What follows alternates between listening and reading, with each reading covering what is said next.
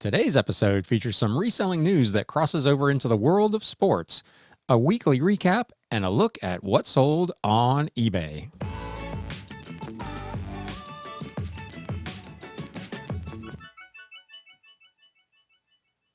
What is up, Galaxians? Welcome once again to an episode of Galaxy CDs, Rocks, and Flips. If this is your first time here, my name is Ryan, and I am a full-time reseller working out of the Bat Cave here in the greater Cincinnati area, and this channel is all about the flip life. A quick thank you to all of the recent subscribers. I had, for some reason, a big jump. Relatively big. It was about a half a dozen people. But for me, that feels like a big deal. So welcome to all of you new subscribers and to anybody that's just stumbling on the channel for the first time. And of course, to all of my regulars, and a special shout out to my OG 28, my original cast of characters that were here at the very, very beginning. With that out of the way, that's a hell of a way to start an episode, right?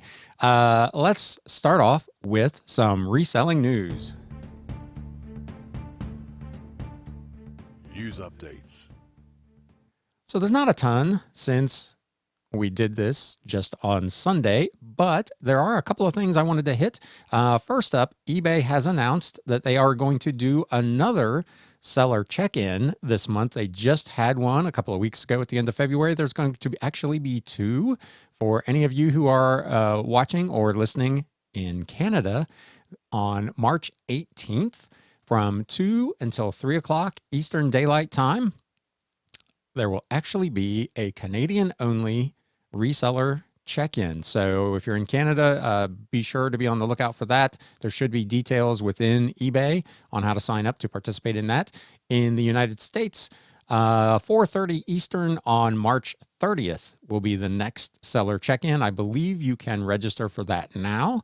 They can be interesting. The last one that I attended was not particularly so. It was very kind of high-level strategy stuff. There wasn't a lot of kind of meat and potatoes there, but they can be pretty useful. So if you have an opportunity to check in at the seller check-in, I would highly recommend it.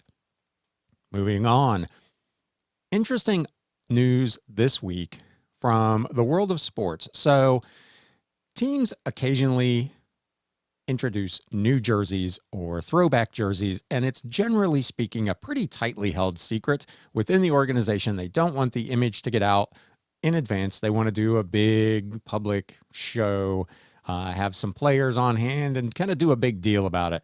Unfortunately, there is a reseller out there. I think his name is in these articles, but in the last couple of weeks, he has actually broken what he claims to be Cleveland Browns throwback jerseys and the first revision to the Cincinnati Bengals jersey in a long, long time. So these leaked on eBay. The user's name is Original Jersey 81. He claims to have both the black and the orange alternate versions of the Cincinnati Bengals upcoming uniforms, as well as the Cleveland Browns throwback uniform. Nobody from the teams has come forth to say that these are in fact the genuine article, but they certainly appear to be legit. So I have no idea where this dude got his hand on these, but I don't imagine that the Cincinnati Bengals one is really that big a deal. They have been epically awful for as long as most of us can remember.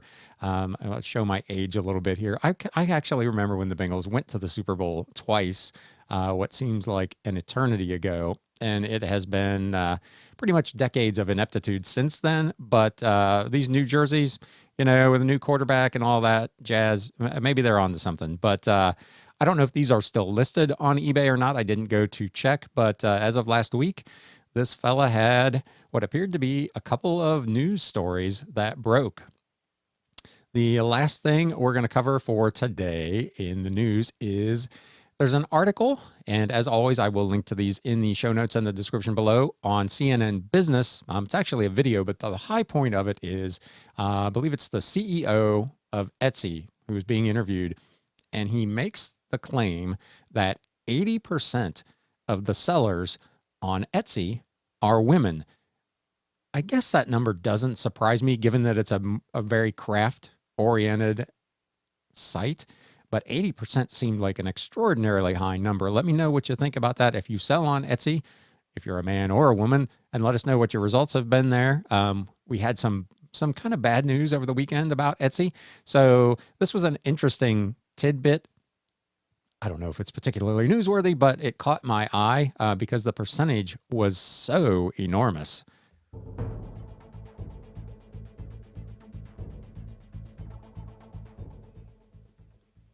And on now to the weekly business recap. We're kind of changing up the order of this thing a little bit. I got to try to keep it fresh, right? Last week was another really stellar week here at the Galaxy. It just keeps on churning. Every week I reach a point where I'm like, okay, the bottom's going to drop out and this week's not going to be as good as last week. And every week it just keeps humming right along. We'll start off with listings for last week. I managed to get 135 new listings put up, so that was pretty good. I'm not going to be anywhere near that this week at the time of recording. I have relisted 4 auctions that have closed, but that is literally all I've listed so far this week. By the time you're seeing this, I probably will have some up, but I'm really concentrating on doing some sourcing this week. I've got some stuff here that I can work with, but it's a lot of kind of low end stuff. And as I said to someone in the comments of another video, I'm ready to be out of the bat cave. So I've been out hitting some thrift stores. I'm going to an estate sale later today, which hopefully there'll be some video of that up sometime tomorrow, which would be Thursday. So be on the lookout for that. But that's kind of what's going on here this week. So 135 listings for last week. That resulted in 94 items sold, or 94 sales. I guess there were more items than that because some of them were like combo packs and whatnot. But 94 sales, that totaled $19.28 and 64 cents. So another really solid week. Last week there, for the longest time, my average sales were kind of in that $1,300 to $1,400 range. And here over the last probably 5 or 6 weeks, they have been $1,700 to $2,000 pretty much week in and week out. Knock wood that continues. That has been absolutely fantastic. Those sales broke down like this. The first one I'm going to give you, just crazy. So I used to have a website where I did write-ups and information on supplements and, minerals and vitamins and all that kind of stuff. And I did some writing and I submitted it to medium.com. And those articles, if people give them a clap or whatever it is, you could earn some money from that. So last month, it's been 2 years since I wrote anything for medium.com, but someone clapped for one of my articles and I made 2 whole cents. Oh man, 2 cents on medium.com last month. So we'll take it. It's 2 cents I didn't have before, so whatever. But when I got that deposit, I was like, what in the world is this? And I had to go back and look. Just crazy. I got $11.40 from Anchor from the podcast. That is actually the last money I will receive from Anchor. When you start a podcast with Anchor, they will be your sponsor up to right around $50. Mine closed out at $52.50 total, which took me not quite a year to get to. So certainly not huge money, but it was nice to get a little bit here and there. So $11.40, and that is it. I am out of sponsors everywhere. If you would like to do something to support this channel, there's a couple things you could do. Number one, whack that thumbs up button. I always appreciate that, and it does help the channel tremendously. So if you're enjoying what you're seeing here today, please feel free at some point during the proceedings to smack that thumbs up button. If you would like to contribute in any way financially, there is a PayPal link in the video description and in the About Me page on the YouTube channel, and also within the description on the podcast. So feel free, you can support me there. You can support me directly at Anchor, or if you'd like, you can visit my Teespring store and pick up some really nice Galaxy swag. Get yourself a nice shirty shirt or a coffee mug or something. That would be helpful as well. So anything that you would like to do, the bare minimum, and again, it's as valuable to me as anything, is hitting that thumbs up button. So if you'd like to do something for the channel, I would appreciate it. Thank you so much. Continuing on. $14.89 at the Westchester Antique Center. So really pretty poor week over there last week.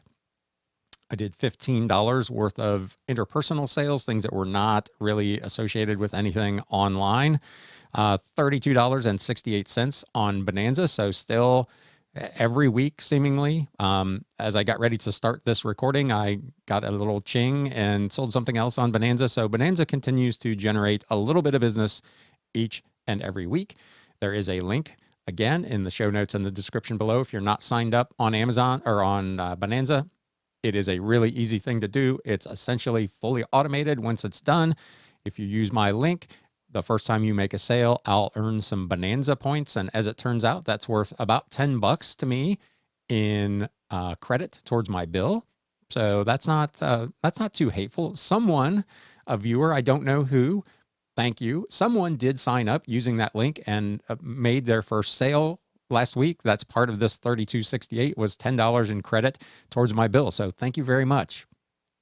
Lastly, eBay, $18.54 So cost of goods sold last week, $45.21, leaving me with a gross margin of 97.66%. So some of those things obviously are 100% margin because there's no cost associated with something like the sponsorship or whatever. And when they get lumped into the general sales, it kind of exaggerates that gross margin number a little bit, but 97.66%, $18.83 Expenses for the week. Remember, if you caught last week's episode, I talked about I made some expenditures on the last day of February, which was also the first day of last week. So you're going to hear about those expenditures again that make this week seem a little out of whack, relatively speaking.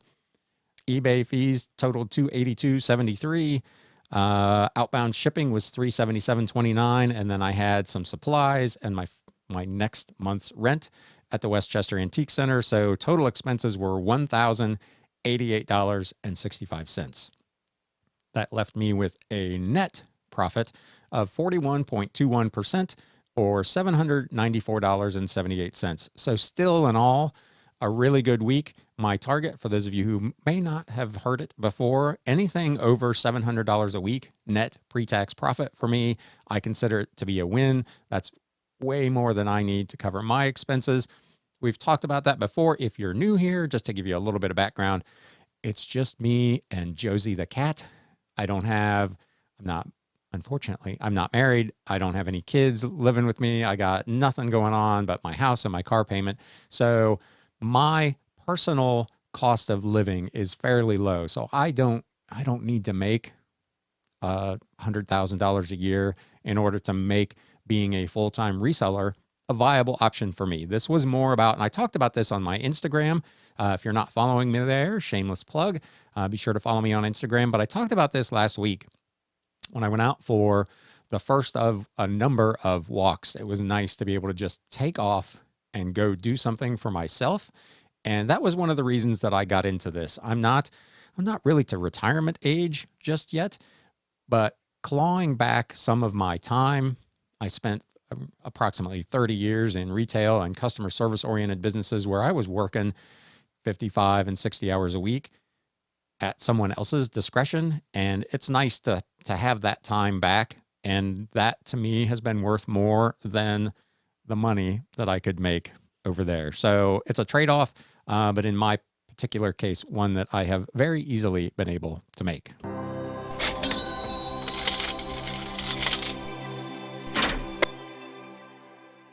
All right, let's talk about some of the stuff that I sold last week on eBay that led to that extraordinary number. This first item, you may recall if you've been following along, that I bought that big lot of model railroad memorabilia and owner's manuals.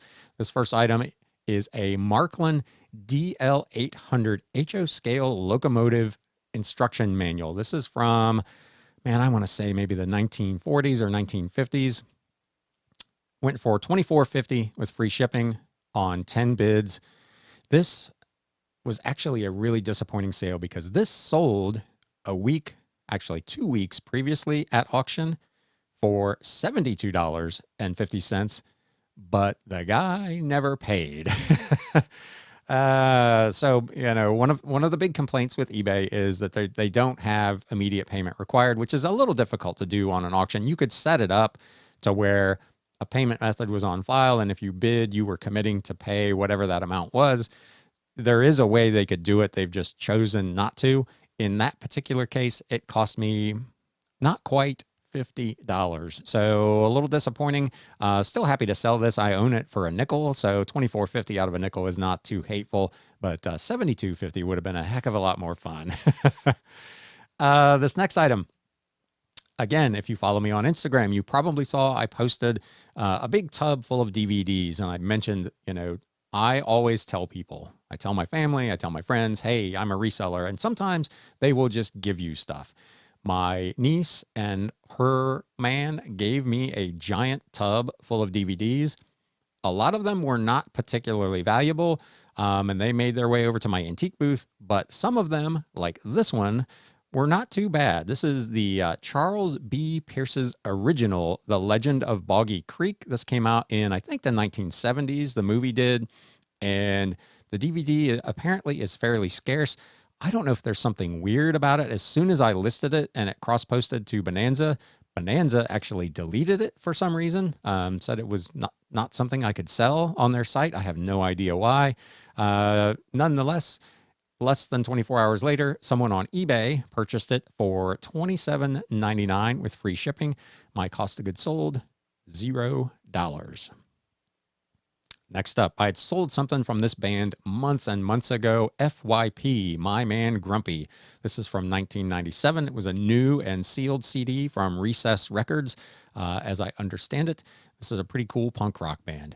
$29.99 with free shipping. This came out of the big lot of CDs that I own for 3.5 cents. This next item was a massive, massive book. The official military atlas of the Civil War, maps and engravings. I had it listed in the title as oversized because it was 16.5 by 13.5, weighed, I don't know, I want to say about 10 pounds. It was a huge book. I had to Frankenbox a couple of boxes together to even ship this thing. This was from the big 2,500 book lot. So I own this for a quarter. This went for $30 with free shipping. Shipping was a little bit expensive even at media rate, but this still ended up being a $20 profit item. So pretty nice. It's not one I would probably buy individually. If I get it for a buck or two, probably I would go ahead and grab it. But big books like that I don't like shipping that big heavy stuff. I like slipping a CD or a paperback into a bubble mailer and being done with it. I don't like taking the time to Frankenbox stuff together, but nonetheless, $30 from 25 cents. Next up, I picked these up at a garage sale last year. I paid $10 for the lot. General Electric Show and Tell Phono Viewer. This was a lot of 15 records with slides. So this machine essentially had a little, like a 45 RPM 7-inch record player, and then a place where you could insert these slides of pictures, and the slides would move kind of with the story, and you got to see the images that went along with the record. Really interesting item. I've never seen one of the players actually in the flesh. I would imagine they're probably worth quite a bit of money. Again, I paid $10 for 15 of these, sold for $30 with free shipping. I was hopeful that this would bring more. I think I had it listed for $44.99. I accepted a best offer of $30 because I'd just been sitting on them for a long, long time. I'd be hesitant to buy them again. I would definitely buy one of the players if I could find it and could test it to make sure it was working. But these were really interesting little kind of show and tell story things. Next up, another pretty big book. It's not as big as the last one, but it was still an oversized book. Battleships, Axis and Neutral Battleships in World War II. This came from Jane's. If you've been following along, I've talked about the Jane's Navy and airplane books previously. They, generally speaking, do fairly well. This is another case of a book from the lot that I own for a quarter that brought $40 with free shipping. Another of those Greenberg's Guides to Lionel Trains. Talked about these over the last several episodes. Part of the big lot that I bought. I own this for 5 cents. went for $50 with free shipping. So again, if you're out, even if you're not a book guy, if you see these Greenberg's guide to particularly to the Lionel trains, they are worth some good money. On average, I've probably come close to $40 a piece on this, with a low of about 18 and a high of $130. So they're pretty valuable. Next up, again, if you're on Instagram, you saw this last week. The History of the Republic of Venice. This is a book from 1850. You can see from the picture I posted here, the front cover was actually detached from the spine. So this book had what you would consider to be fairly significant damage. The contents were okay. The binding was actually pretty solid. Just the cover had become detached. Still brought $50.99 with free shipping. Part of the big lot. Again, an item I own for a quarter. This next sale there's nothing in here that is individually a particularly big sale, but this just kind of shows what you can do if you list a lot of books and a lot of media and you kind of have that long tail stuff. I had one buyer that purchased 6 different listings from me. 3 of them were lots of books that I had for 10 or 12 bucks that I owned for not a whole bunch of money. A couple of individual books. All said and done, she bought 6 listings, or he, for a total of $67 with free shipping. So don't be afraid on those low value items. Again, a $10 or $12 pair of books. Sometimes they will sell on their own. Sometimes you'll find somebody who finds a whole bunch of stuff in your store that they like, and they spend a pretty decent amount of money. Cost of goods sold on this is a little hard to tell because there were so many different individual items, but this was still an all. My average cost of goods sold on books is somewhere around 27 cents. So you can do the math on this. It was still a pretty good sale. I don't know if I had shown this previously on Instagram or not. Prior to having sold it, I was at a garage or estate sale a couple of weeks ago, and I dug to the bottom of a bin of what looked to be broken and junk toys. And lo and behold, there was this Star Wars Lego Obi-Wan's Jedi Interceptor. It was new in a box. The box was a little rough. It had some shelf wear, and obviously it was at the bottom of this tub, so it was not pristine. But this thing is fairly sought after and fairly hard to find. It was $10, turned into $89.99 plus shipping at auction.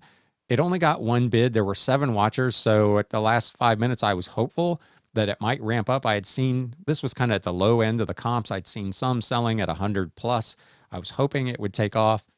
In this case, I think the condition of the box, which I disclosed pretty well in the pictures and in the description, probably turned some people away, but still $90 from $10. That's something I would do fairly regularly. This next item, in an ordinary week, this is probably your flip of the week. This is also out of that big lot of 2,500 books that I own for a quarter.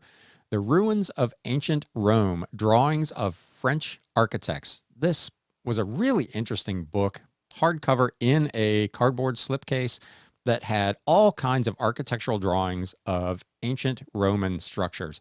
Really, really fascinating book.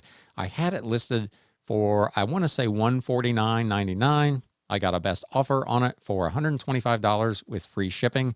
Again, I own it for a quarter. That is a massive, massive return on investment. Just again, to give you kind of a picture of that, this item is $125. The next item, which will be your flip of the week, is even more than this. Those 2 items combined are going to be over half of what I paid for that entire lot. So if you have an opportunity, again, if you're into media and you don't mind the work and you've got the room to store the stuff, there are some huge, huge wins out there. And as I said, your flip of the week. It's the same as last week's, but different. I mentioned last week when I sold that book, that collection of Italian naval magazines, that I had one more in stock, and that is this one.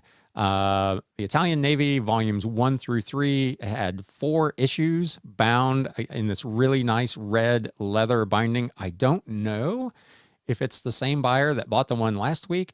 This one went for a little bit less money because it didn't have quite as much value. It was a little bit smaller, but it still brought $152.99 plus shipping. So those two things combined, I can't remember, last week's was like $170 some dollars. So those two things combined were $320, $330 plus the book from Rome at $125. I only paid $460 for the entire 2,500 book lot.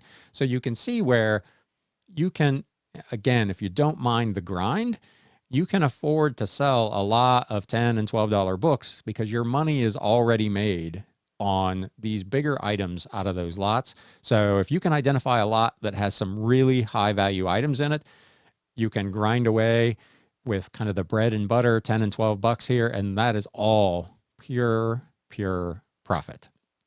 So that's going to wrap it up for this week. Let me know in the comments what you thought. What do you think of this flip of the week? What do you think of what we sold? Let us know, as always, how your week is going. Be on the lookout for what I hope will be a pretty cool estate sale, which will be happening, depending on when you're watching this, later today, or it's already happened. But I'm really excited for this. It's a Wednesday estate sale, which is kind of weird, but we're going to go check it out. It was by appointment only. I have literally the last appointment of the first day of the sale, so I'm excited to get up there and check that out. With that, thank you as always for spending a little bit of your time here with me. And now it's time to sell. Thanks, guys. Hey, everybody. Thanks for spending a little time with Galaxy CDs, rocks, and flips. If you'd like to spend a little more time, there's another video in the upper right-hand corner. If you'd like to spend a lot more time, you can subscribe down below.